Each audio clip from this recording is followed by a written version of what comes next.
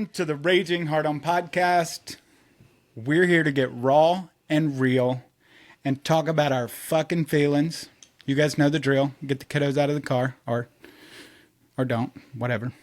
I'm your host, Brian Banks, and I am so happy to have Robin with me today. I've been following you on TikTok.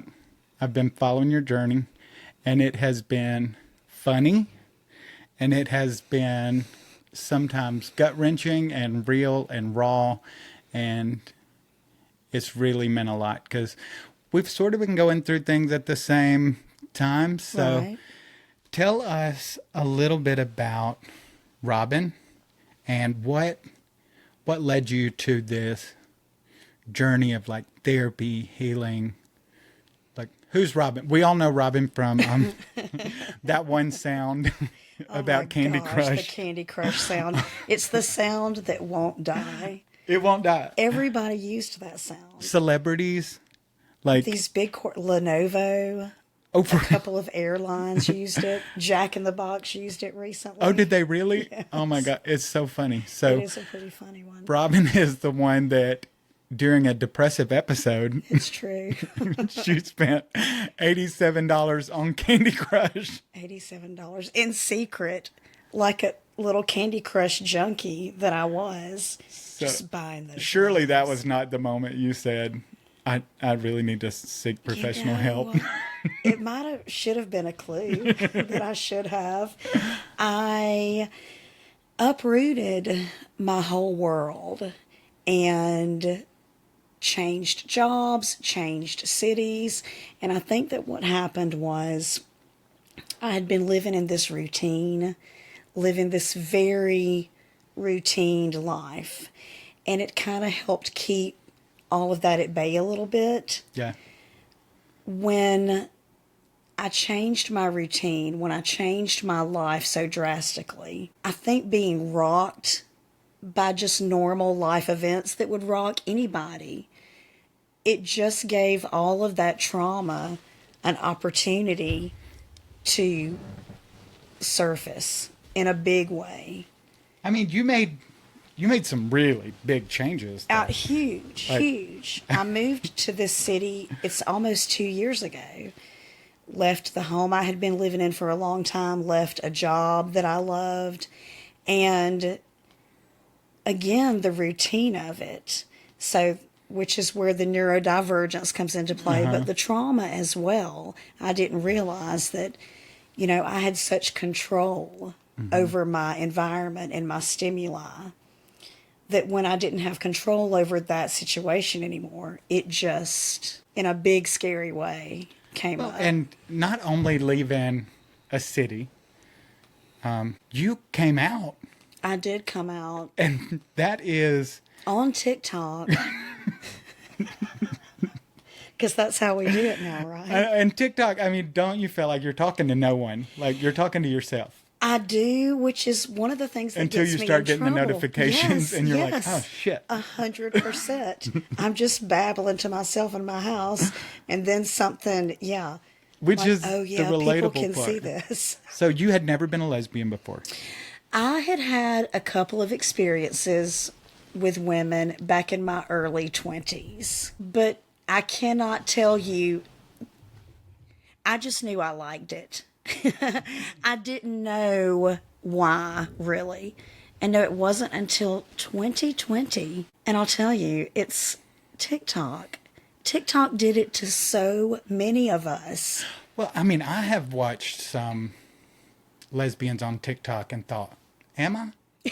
Like, I mean, there's a few that I'm like, I spent my whole life like trying to come to terms with liking boys, and then all of a sudden I'm like, oh, wait, what?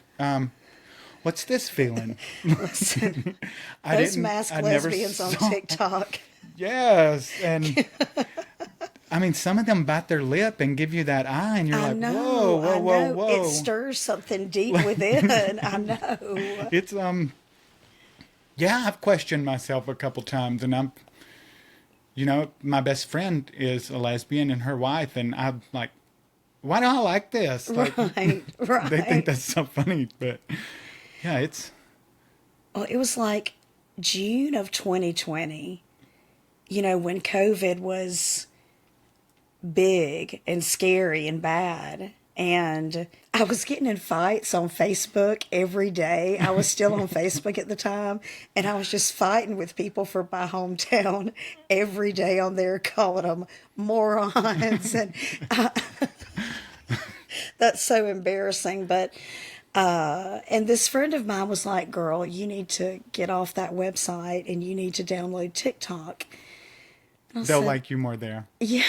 Yeah. So I downloaded TikTok and literally immediately my FYP was mask lesbians. I mean, I downloaded that app and I started scrolling and it took me about 48 hours of watching videos to go, That, I think I'm one of these. yeah. Did you hear about that a lot with women? That I guess for us guys, we're such visual learners. Like, there don't have to be a lot of emotion behind it. Just, I mean, yeah, you know what I mean. Yeah, I know what But you mean. with women, I think there's... Yeah, I'm looking at your beautiful portraits behind you. I get what you're saying. But I think for women, it's deeper than that. It's, I'm sure, like, I can't speak for women. But yeah, for us, we're simple. Like, boys are real simple. I mean, you've seen men lose beautiful wives over like a hole in a tree stump, you know? I mean, they don't care. Yeah, it's so true. So you knew, and then you started talking? Well, I just talked about it on TikTok a lot. And then there was one instance I was in a Publix, again, during the pandemic, and I was masked up and, I encountered this woman that I felt it was highly likely that she was a lesbian. And I tried to flirt a little bit 6 feet apart in a Publix while we were masked up. And I do feel like it kind of went somewhere, but it terrified me. I was like, oh, shit, now what do I do? But it gave me a little courage. I was like, I think she was flirting with me a little bit. And then, shortly after that, I met the first woman that I was in a relationship with. And it was just over after that. I was like, oh, goody. Now I get to put this into practice. Yeah, that's a big change. That's not just moving. Correct. That's not just moving towns. Correct. I mean. Correct. It was a lot of life change. So you moved here. The things started coming up. I just shut down, fell apart, and didn't know why. I was angry all the time at everything, at everybody. I hated everything. I hated myself. It was not a good time. Had this ever happened? Like, not to this extent. no. Like, not where I couldn't come back around. Yeah. But remember, it was different, a completely different situation. I didn't know how to regain control over my environment, my autonomy. I didn't know how to do that. I was losing it, kind of, honestly. Yeah, I went through a period with my ex, like, after my son was born, and I just turned into a monster. Like, a monster. And I couldn't control feelings, and it was so out of the blue for me, because I'd been such a people pleaser. Yes. And a good boy my whole life. Yes. And suddenly it all started unraveling. At home, in public, I was still a good people pleaser. I mean, I could have a fight with him and then go in public and turn it on like a politician so fast.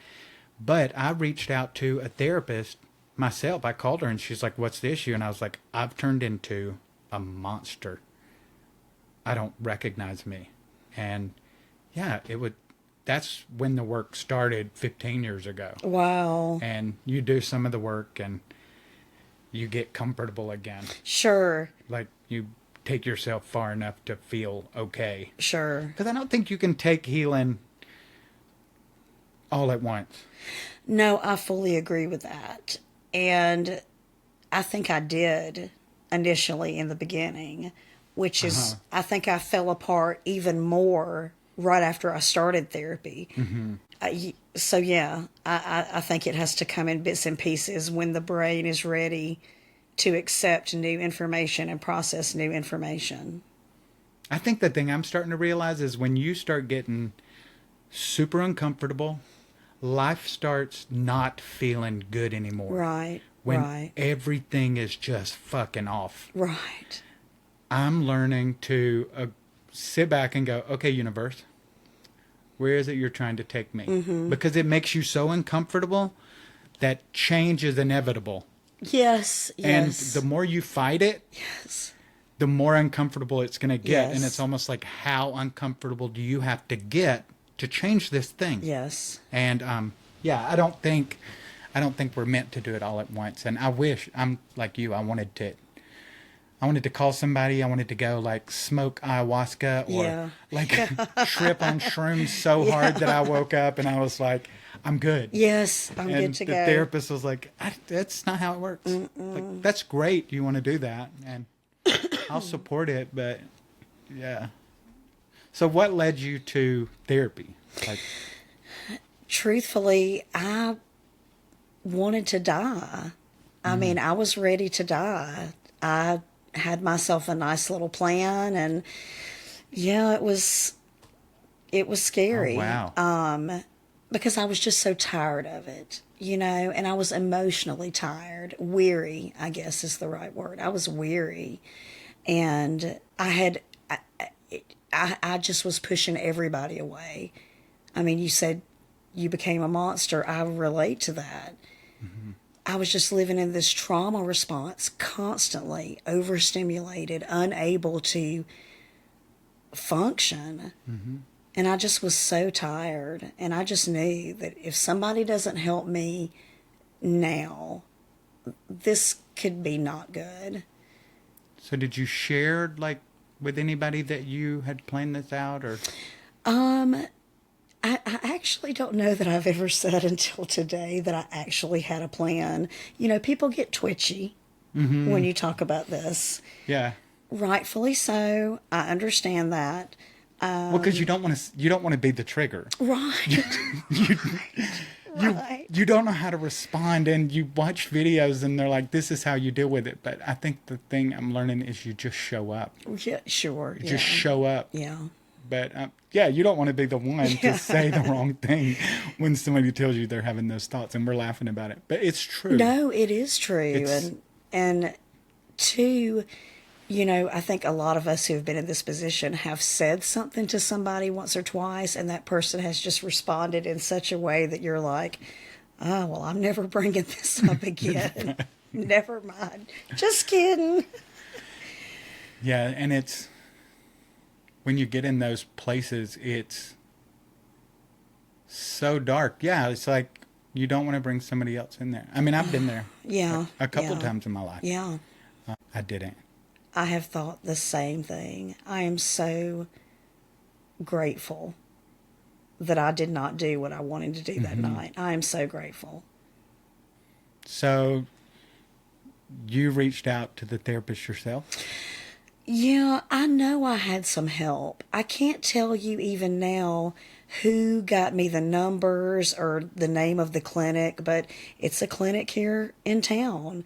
And I called, they got me in immediately, and they were the first people, after years of seeing doctors, telling them my story, talking about trauma, but not calling it trauma because I didn't know that. Right. That they said the words, or they said PTSD to me. Nobody had ever mentioned that to me before. And that was And where was it? Was it coming from childhood or? So remember we talked about how things might come up that are not so pretty. It's not pretty, but I was 16 and taking a night class because I was not doing well in algebra during the day and I didn't want to fail the grade. And I was kidnapped from that parking lot and assaulted.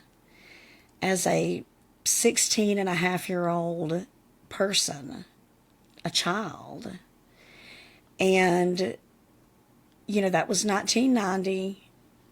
There was not, if you think today about the kind of resources that are there for people that are assaulted in that way and how much we are lacking in those good services, imagine it wasn't part of the conversation back then. No. We were still scared we were going to fall into a well Yes. on somebody else's property and nobody was going to find us. 100%. Like, And we weren't talking about no sexual assault, or we weren't talking about any of those things back then. No. And it was it did to me what obviously you would think it would do to a person. And there was not a ton of therapy. Mm-hmm. After that, it was just kind of, well, let's just move on. Everybody watch Robin for a little while. So did you realize it had affected you? No. And I would hear stories like that happening to other people, and I would be horrified, and I would think, oh my God. Like, feel bad for them. Yes.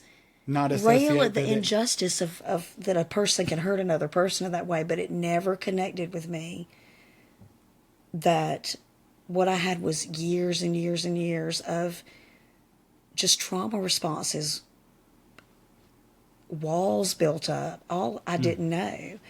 And my therapist said something to me one day about how the trauma is not necessarily the event, but the trauma is what happens after the event. And that resonated with me so clearly because absolutely, I was invited to leave school by the principal because it was such a thing at my school that this had happened to me. So they wanted you to leave? They did want me to leave because my rapist was someone who went to my high school with me. I should have... Did they want them to leave? No. Remember, it's 1990. Remember what they did to Monica Lewinsky? Yeah. Yes. It's always the girl's fault, always the woman's fault. Oh my gosh.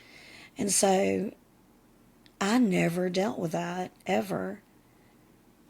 That's a formative age to be violently shoved into a vehicle and driven to a location and assaulted and in the dark at night. You knew the person though? Like, were y'all... No, I didn't. I did not even realize that he was a bigger guy. And no, I didn't even realize. It wasn't until maybe a couple of days later that it started coming out. They, because there were two of them. I forget about this one because one of my rapists was murdered about a week after the rape and in a separate incident. And I forget about him a lot. I don't know why. The trauma, I'm sure. Yeah. Yeah.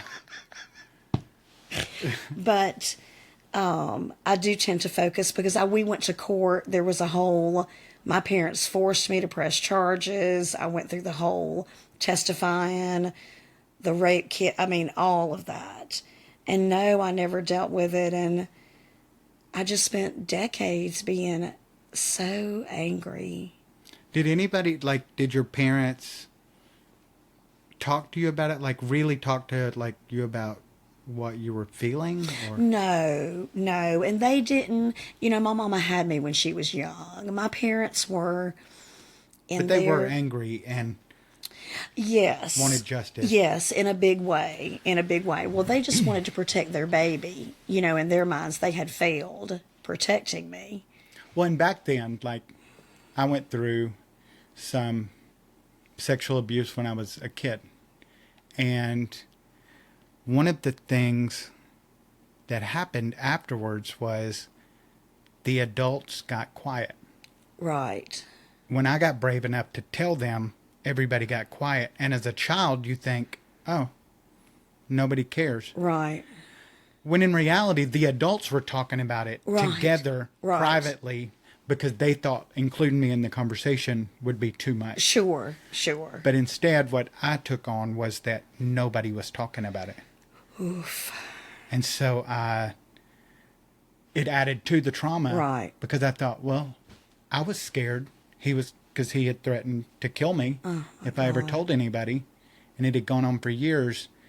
And then when I finally was brave enough to tell them, they didn't kill me, but they didn't talk about it either. Right. Because that was his thing. He would tell me, they're going to kill me when they find out what I've done. It was my fault. And so I finally just couldn't do it anymore. And I told my parents. And now as a parent, I'm older. I realized they were having those conversations without me. But I was taking it in like, does anybody care? Like, is anybody talking about this? Because they didn't include me. Right. So I just wonder. I made that about me. It's so interesting, isn't it? Because they're trying to protect us. Yeah. Golly. With everything that they are equipped with, which is not much. No. And as a parent, you realize it's really not much. Yeah. And we've had like therapy, and we know more today than our parents did back then. So, I was really angry with them for a long time, really angry. And somewhere over the last couple of years, I just kind of, well, since I've been in therapy, I just kind of learned to forgive them. And it wasn't even a moment where I said, I officially forgive my parents. But it's just one day I realized, I'm not really angry at them anymore.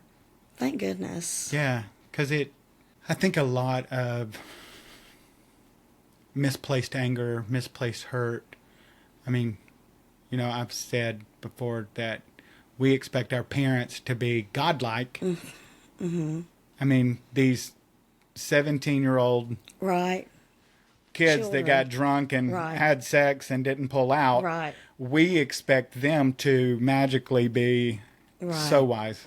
These capable. They were not. And then you become a parent and you're like, oh, show me some grace. Like, I'm so little.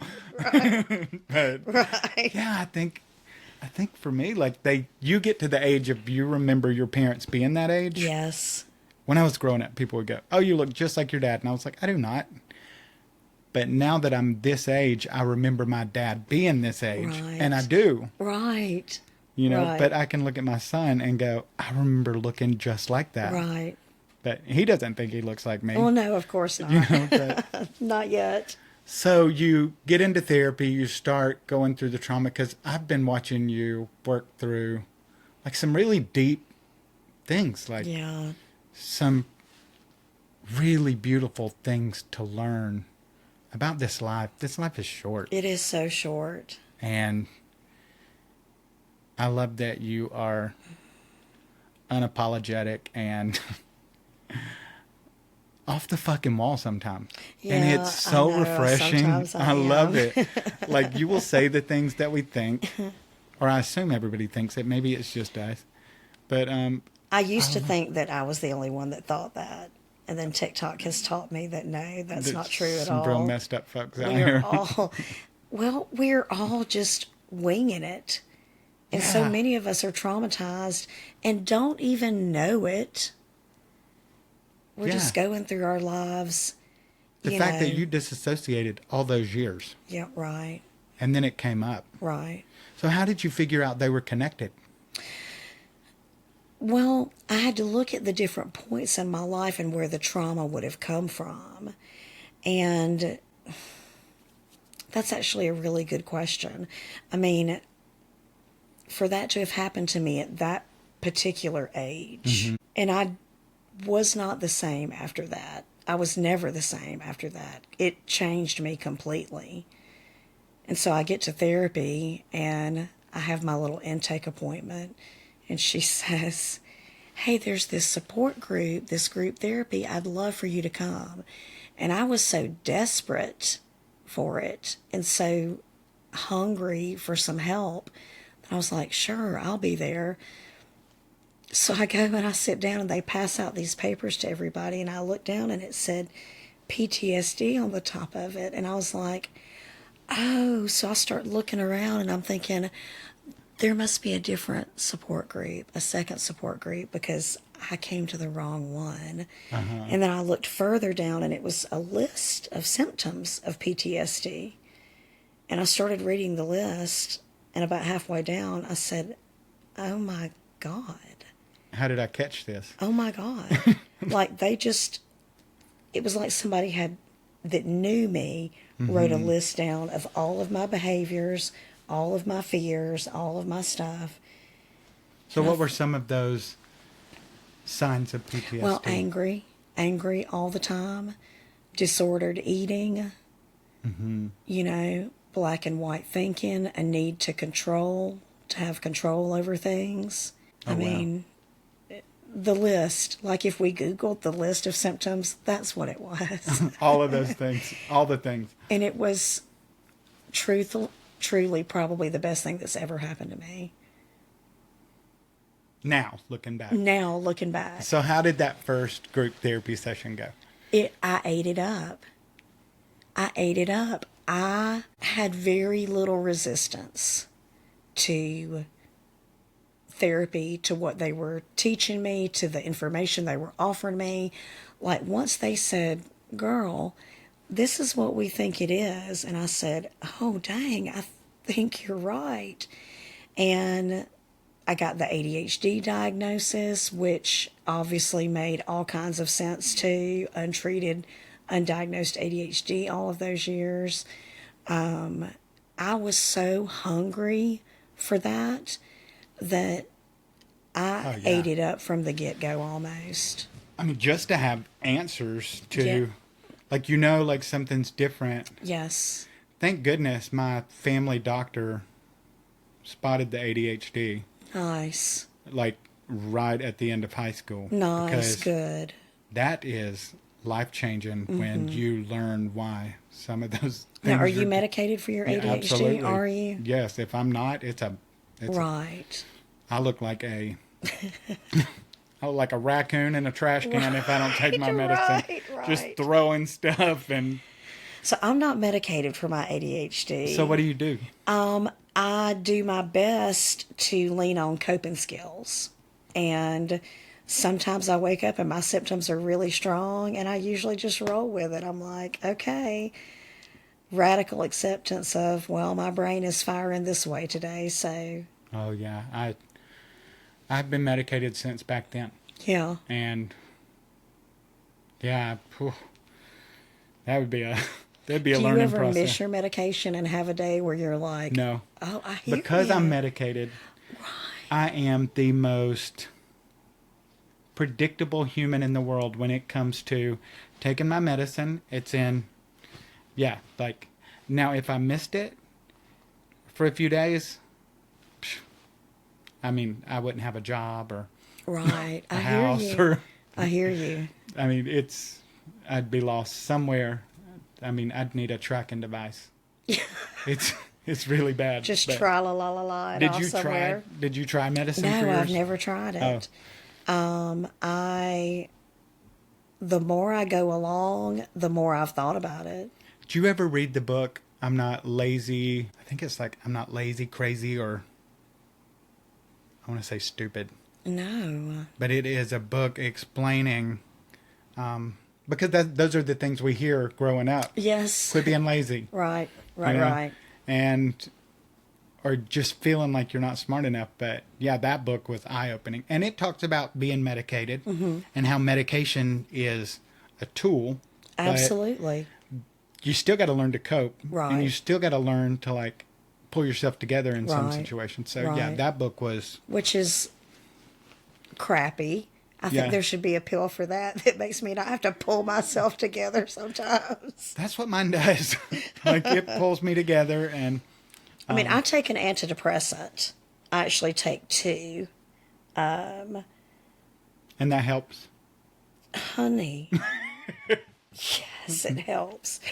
And we are not medical doctors by any means. No. Y'all figure this stuff out with your doctor. We're just telling our stories. No, but for me, my pharmaceuticals keep me alive. Yeah. And I can tell, because if I miss a couple of days, I start. But that takes having a good relationship with your doctor and being able to have conversations. Right. Like, a lot of people don't trust their doctors, or they can't just say what they need to say to their doctor. Right. And, No, that's so true. if they don't have all the facts.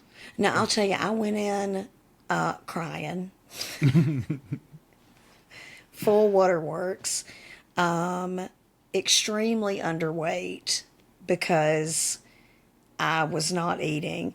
Like, when he saw me, there was very obviously...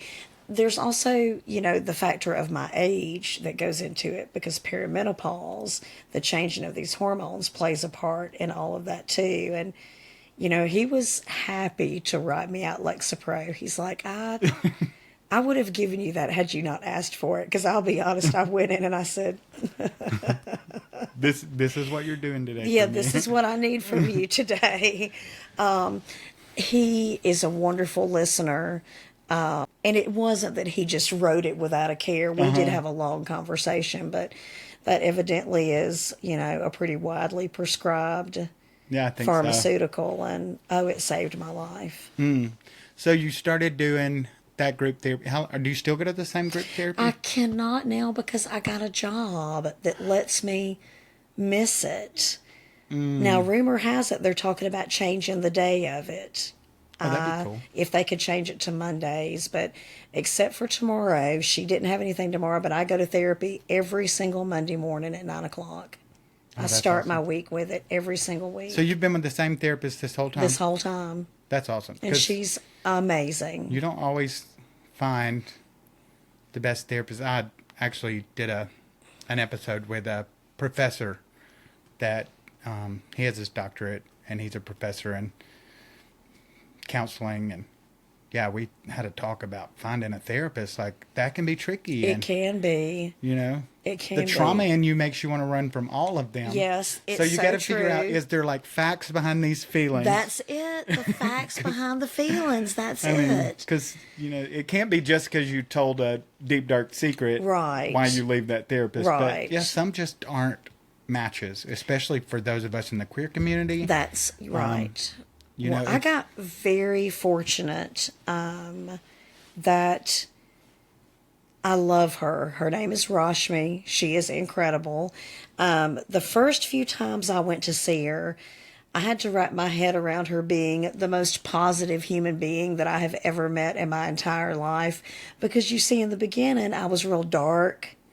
I was dark and stormy and angsty and at the world. And her constant positivity was like annoying a little bit.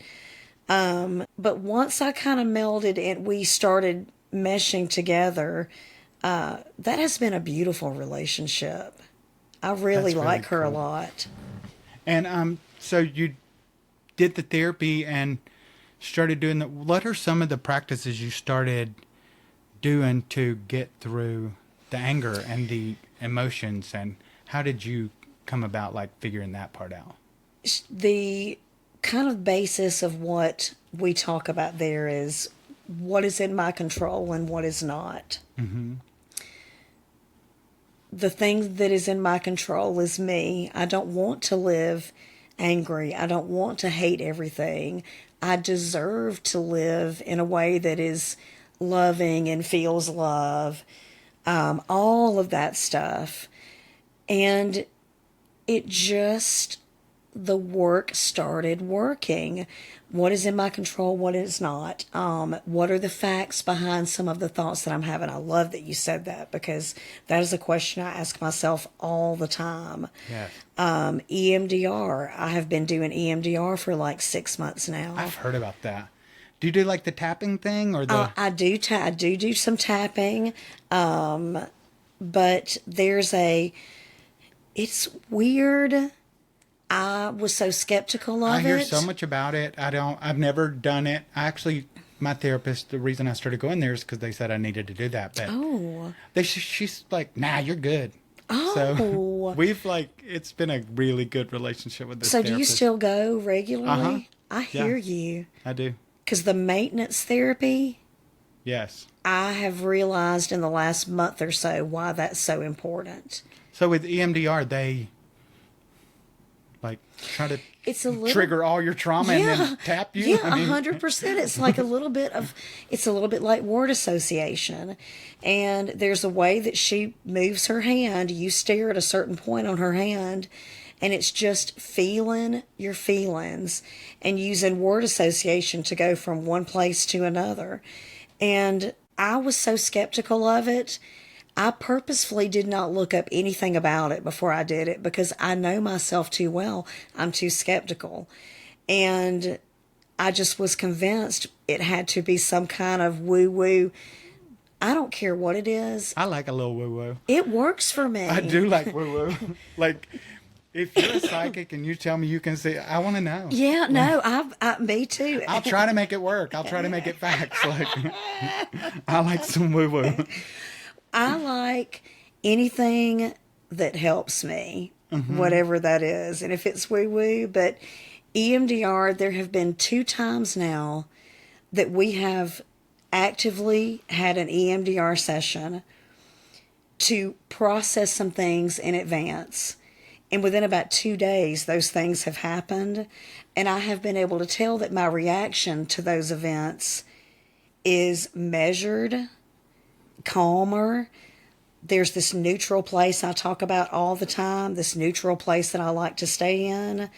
It helped me get back to neutral a little bit better. I think it's fascinating. It's for processing trauma. And so if she says that you're good, I mean, how cool is that? Well, I mean, when I started with her, I was this second round of the universe making me uncomfortable as fuck. I was like, I found myself on the side of the road, just beating the steering wheel, crying. I was a mess. And I'm laughing about it now because I'm like really feeling sorry for myself and the things that happened when I was a child. And just bullying. And I am screaming. And I look up and there's a deer standing in front of the car. And he kind of cocks his head like, fucking humans. Yeah. And I just busted out laughing. And I started going to her and thought I needed to work through all these things. And then I found this book about gay shame. And I did 30 years of therapy in that one book. That's amazing. To the fact that I showed back up to therapy and she went, what has happened? Like, what have you done? Incredible. She took the book and read it the next week. And she was like, oh, wow. Like, and I realized like so much was from growing up gay, trying to pretend I wasn't, and then building this person that was so likable and so acceptable. And you had to have the best house. Everybody had to want to sleep with you. Just all the things that made you feel really validated. And I was a validation junkie. I get it. Who couldn't get high on it anymore. Right. And I feel the drug that wasn't so hard. working. And so, yeah, like I go to her about this. I'm like, yeah. I'm excited about the podcast. And she's like, this is great. Like, why are you doing it? And I was like, well, I sit at night and I think, am I just trying to be validated? Am I just wanting attention? And, you know, part of the book at the end when it talks about you get to this stage in your life where you're desperately seeking authenticity. Right. And that's going to take vulnerability and all the scary words. Right. And you get to a point that your life has to have purpose. And this is about sharing stories. Yes. That I want to hear. Yes. And I want to share. And I want to. And so I keep myself in check. And I try not to check how many views. I get that. Because that's a trap. I know with you, like, I'm sure your phone is going off nonstop. You know, I actually don't have any notifications turned on my phone, like any. And I try really hard to, like, when I'm somewhere, set it down or not be obsessed with. I try really hard anyway to do that. It is hard. It is. Because it's human nature. And like I said, validation your whole life Yeah. is a drug. Yeah. But I show myself grace too, where it's okay. It is okay. It's okay, and I love myself. And I love part of that. loving yourself is like reparenting. And yeah, sometimes you have to tell yourself, hey, that's enough. And that's love. Yeah. And sometimes you have to tell yourself, hey, you'll do better tomorrow. And that's love, you know? You're so right. It's not about infatuation with yourself. It's about, I learned that 15 years ago therapy when my trauma was coming up. And my therapist constantly said, do you love yourself? I'd be like, yeah, like, let's move on. Like, I'm not that person. Right. But after hypnosis and all these things, I sit up one day after hypnosis, and she went, remember when I asked you if you loved yourself? And I was like, yeah. She's like, when's the last time you put the chips down and realized it was just feelings? Yeah. When's the last time you ate the whole bag of chips and told yourself, it's okay, you're still a good person and you'll do better tomorrow? She was like, I know without a doubt you love your child. Now you got to love you like you love your child. And it was... That's a tough one. Oh, do I love my... That's what the fuck you meant. Like, no, I don't love myself at all. As like, a matter of fact. If you put it like that, I thought we were talking about... No, like... As a matter of fact, I've been hating me for a while. Yeah, like, I was like, fuck that kid. But no, she was like, you know, I know you love this child of yours. Right. And that's what the hypnosis was. She is hypnotizing me, and I'm in a dark place. I know this is not supposed to be about me, but no, I want to hear. Y'all are used to it by now. I want to hear about hypnosis. And I was like, she goes, picture yourself in this dark abyss, and a light comes on across from you, and it's your child. Go to him. And I'm imagining all this, of course, and then she's like, really look in his eyes. Like, what do his eyes do when he gets excited? And I'm like, she's like, get nose to nose. What do the corners of his mouth do when he's sad? Like, really look at this child. Look at his eyebrows. Do his eyebrows raise when he's scared, or do they drop? And I'm like looking and imagining, and she snaps, and she's like, that's not your child. That's you. You're 8 years old. Why are you crying? Oh my and gosh. all this shit starts coming up. Right. It's like out of nowhere. Like, I am a mess. And she tells me, she's like, I want you to reach out and grab little Brian's hand, squeeze it, and tell him to calm down. Stop this. Like, there's no reason for him to act like this. You are your child's dad, and you're going to take care of him now. He can trust you. And she's like, say it. She's making me say it out that loud. gives me chills. And I'm like, calm down. Like, there's no reason. And I'm literally verbalizing this. And then I sit back up, and she goes, that's what I meant by do you love yourself? Like, because I started like screaming, nobody will listen to me. And I'm crying. And because I thought nobody was listening. Right. And I didn't know how to control that emotion when I felt invalidated, or when my partner ignored me. Like, if you want to ignore me, like, I'm on you. But on the same token, if you become clingy, I'm running. Like, that's why. Be calling me out. Why like can't that? you just be in the middle? I know, I get it. Because that's where healthy people live, in the middle. Right. Right. Yeah, that's what I'm learning this time. Yeah. Well, and that trouble, that relationship thing about what you were just talking about when somebody gets clingy, but if they ignore me, I relate to that so hard. And that is, you know, one of those symptoms of PTSD too. I want to be loved. I want to be close to you, but not that close and not that loved. Right. But don't run away, because I still want to be loved and I still want to be close to you. So, like, just do what I'm saying. Right. Or what I'm thinking. Like, I'm not even going to say it. Just figure it out. So, read my mind. So and then perform accordingly. Isn't that crazy? It is crazy. But it's so powerful to start realizing where that's coming from. 100%, yes. And what are the facts and what are the feelings, and also what to realize that feelings are temporary. That part. So temporary. Yeah, that part. And that we're not going to be stuck in sad if we get sad, and it's okay. Like, feel the feeling. Yes. Yes. Now, your response to the feeling, that could be permanent. It absolutely could be. And, you know, sometimes I want to feel it a little bit. You know, sometimes I feel the sad and I'm like, Sometimes I want everybody else to feel it with me. I'm going to lean into it a little bit. I want to feel it a little bit. I love a sad movie. God.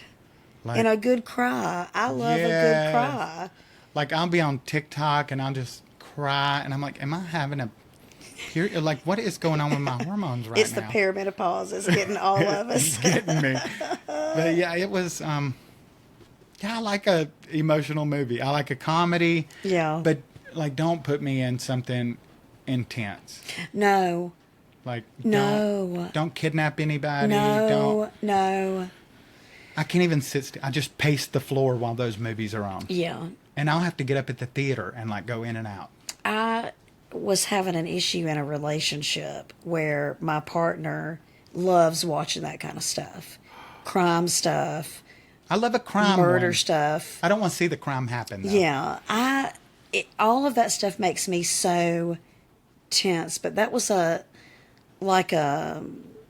issue in our relationship because I want to watch 30 Rock again for the 17th time. Yeah. You know, the L word is about as intense as I can get. I don't want to watch, like you said, intense stuff, scary stuff, things that, because I have enough going on up here that I have to try to stay regulated and stay in this neutral space. The less I add into my brain that takes me out of that neutral space, the better. I didn't know how to say that, though. I didn't know that's what it was, and I didn't know how to say that. Yeah, I love to feel, though. Oh, no, same. But, you know, I don't want that adrenaline rush like I'm in the middle of trauma happening. No. But I do want to, like, I want to cry. I want to leave a movie and feel motivated to change the world. Yes. I'm not going to, but I want to feel like I could. I want to live every day feeling like I felt after I watched Walter Mitty the first time. I've never seen it. I've never seen it. Brian, Who's in it? Who's the guy? Ben Stiller? What's it about? Well, no, you got to watch Walter it. Mitty. Walter Mitty. I'm going to watch it. And it's something like the life of Walter Mitty. It will make you want to, like, double up on your recycling. It is such a good, you know what I mean? Yeah. It'll make you want to just I be love a that. better person. What was that one when we were younger? Pay It Forward. I've never seen that. Oh, well, I mean, it's got that one guy in it now. Oh, bad guy. It's a Me Too guy. Oh. Yeah. So many of the movies from back then, that's how it know. is. I know. And we don't even know, like, what's what anymore. No. I'm so grateful for that movement to give voices to people, but it came on so strong that we're like, holy shit, everybody was in this. Literally. Yeah. Yeah. So. Yeah, it frankly has made me to where I'm like more surprised if somebody's not a creep. Oh, he's actually good. Like, oh yeah. Yeah. That's a decent human being. What a nice change. I mean, there are people out there that are trying to take everybody down too. So you're just like, right. Thank God for therapy. I'm so thankful for therapy. I love it so much. Some things we can't control. That's it. And you know, one of the coolest TikToks I saw you do was when you talked about your grandparents and how two things can be true at the same time. Right. That was like, right. Okay, yeah. Right. Yeah, I really loved all your TikToks. I want to do a fun little section where can you take some hard ones? I think I left my questions over there. Oh, I would love to take a hard one. I love this. I love these pillows, too. I have to have pillows. Yeah, I'm a big pillow person myself. How many pillows do you sleep with on your bed? I get 4, and Michael gets 4. Yes. That's what I'm talking about. But we have to put some under the stool at the foot of the bed so that the bed looks normal. Yeah. Or you've got way too many pillows. Yeah. Yeah. So, but, I mean, let's be honest. Like, that bed only looks like that when people are coming over. No, I get that too. Yeah, so some days I like to change the sheets every week. Yes, me But too. I know some people are going to be like, every week, or there was a time I changed them every month, like every year. Who cares? Yeah, I've been there too. I grew up po. Yeah. So That's one of my Sunday rituals. that was is not changing our, my sheets. always our big thing to do. Right. So this is, can you take some hard ones, and I'm just going to pop off some questions Okay. and let you answer them. Okay. Are you a good person? Yes. What makes you a good person? I genuinely care about the well-being of the people around me and the people of the world. I genuinely that. want to do whatever the thing is to make somebody feel good, be good.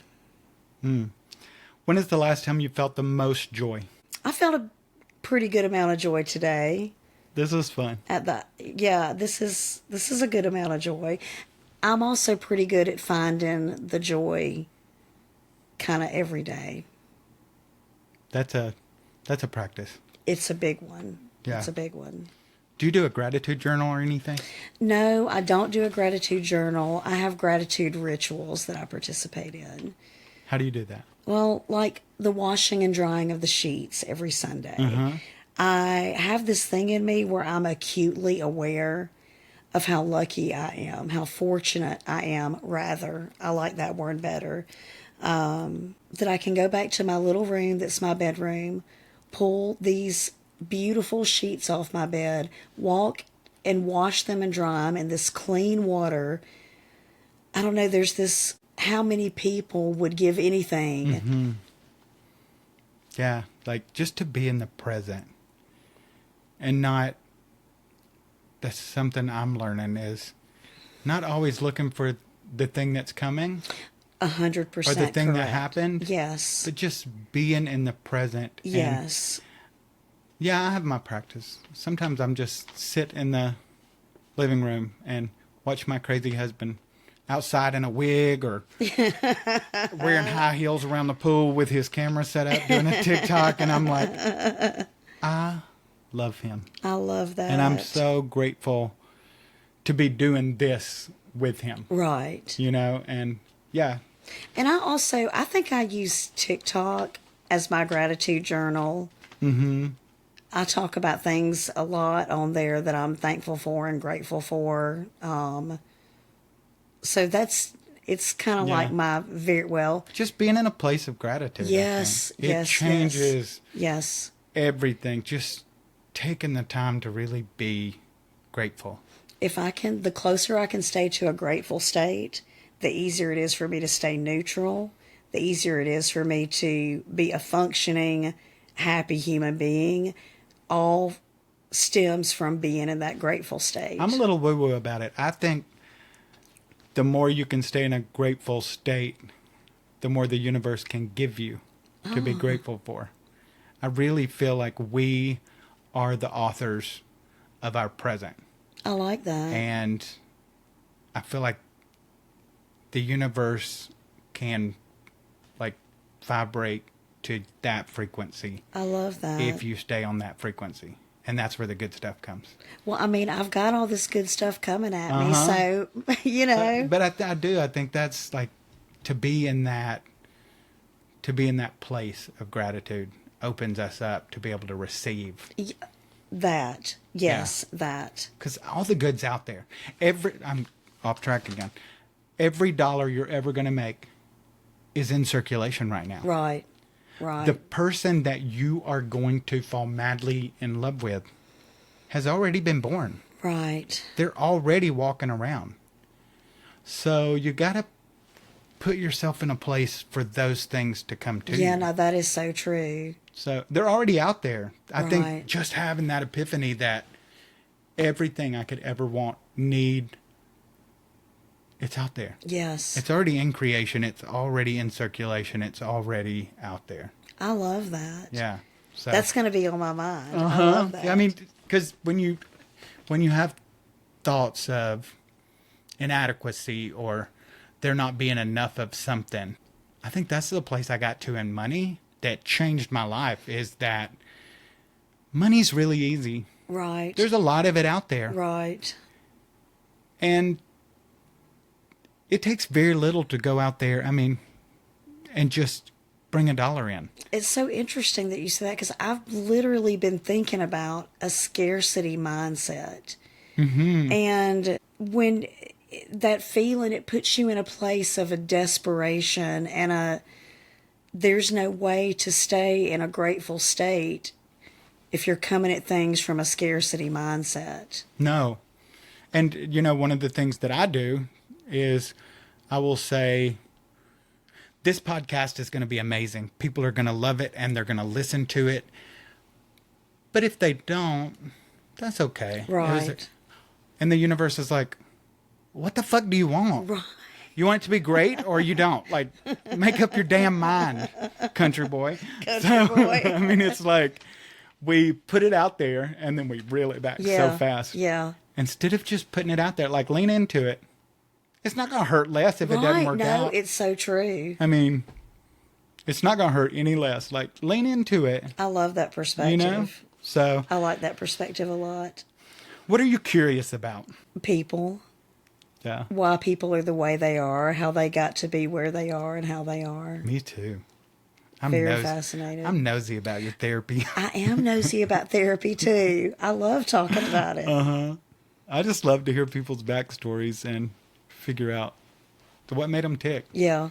Yeah. You me really too. appreciate people a lot more if you know what made them who they are. I fully agree with that. When you can see somebody, the wholeness of somebody, and not just, Not just the scars, but right.